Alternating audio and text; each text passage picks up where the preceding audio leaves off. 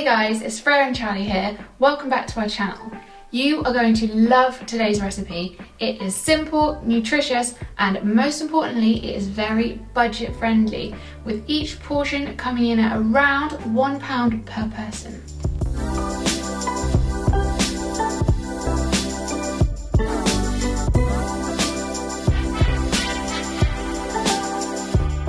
We are going to be showing you how to make a warming chickpea curry with a creamy peanut butter sauce.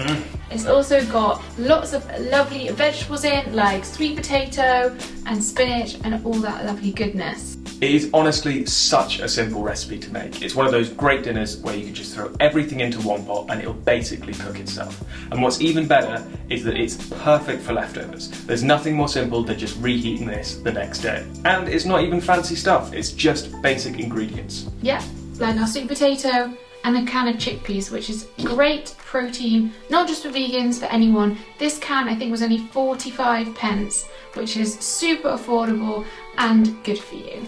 And like Freya said in the beginning of this video, this is such a cheap meal to make. It comes in at around £1 per portion if you go somewhere like Aldi. If you want to see us doing a budget weekly food shop at Aldi ourselves, you can click the video here. Great, let's show you how to make our warming chickpea and creamy peanut butter curry. Alright, we're going to start by cutting the onion nice and fine.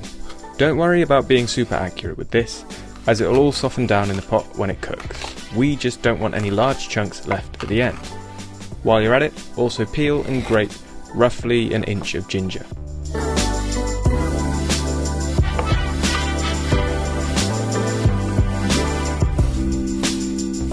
To begin cooking, add some cooking oil to a pan and bring it to a medium heat. We're using rapeseed oil. Add in all of the onion and ginger and give that a good stir and cook down till it starts to turn softer and translucent.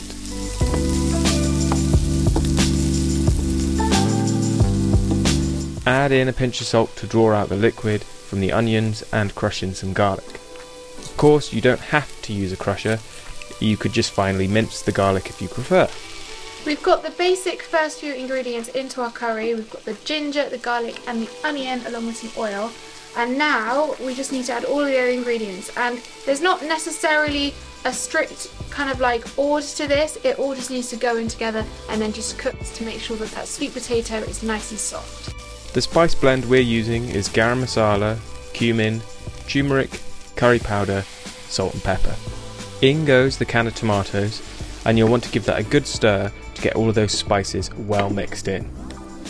Pop in the drained can of chickpeas, and much like the spices, give that a nice mix up to get it all cooking together.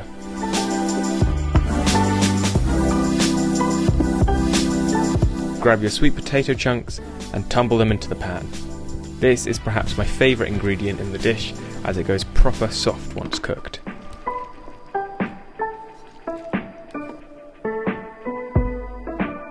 Pour in the lovely thick coconut cream. This is going to bring everything together. Lastly, add in the peanut butter, which makes this dish rich and delicious. So we've just added the peanut butter, which is the last ingredient of the sauce, and we now just need to let this cook so the sweet potato is nice and soft. And then right at the end, just before we're done, we're going to add in our spinach just to wilt that down a little bit.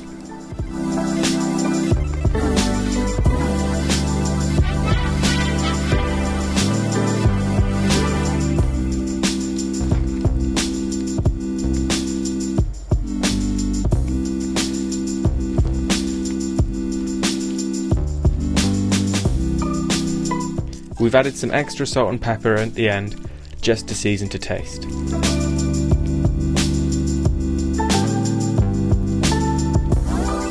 This curry is at its best served with some nutty brown rice or something like a vegan naan bread. Well, there you have it. We really hope you enjoy cooking this curry at home. Give us a like and let us know in the comments what kind of thing you'd like to see us make next. Bye!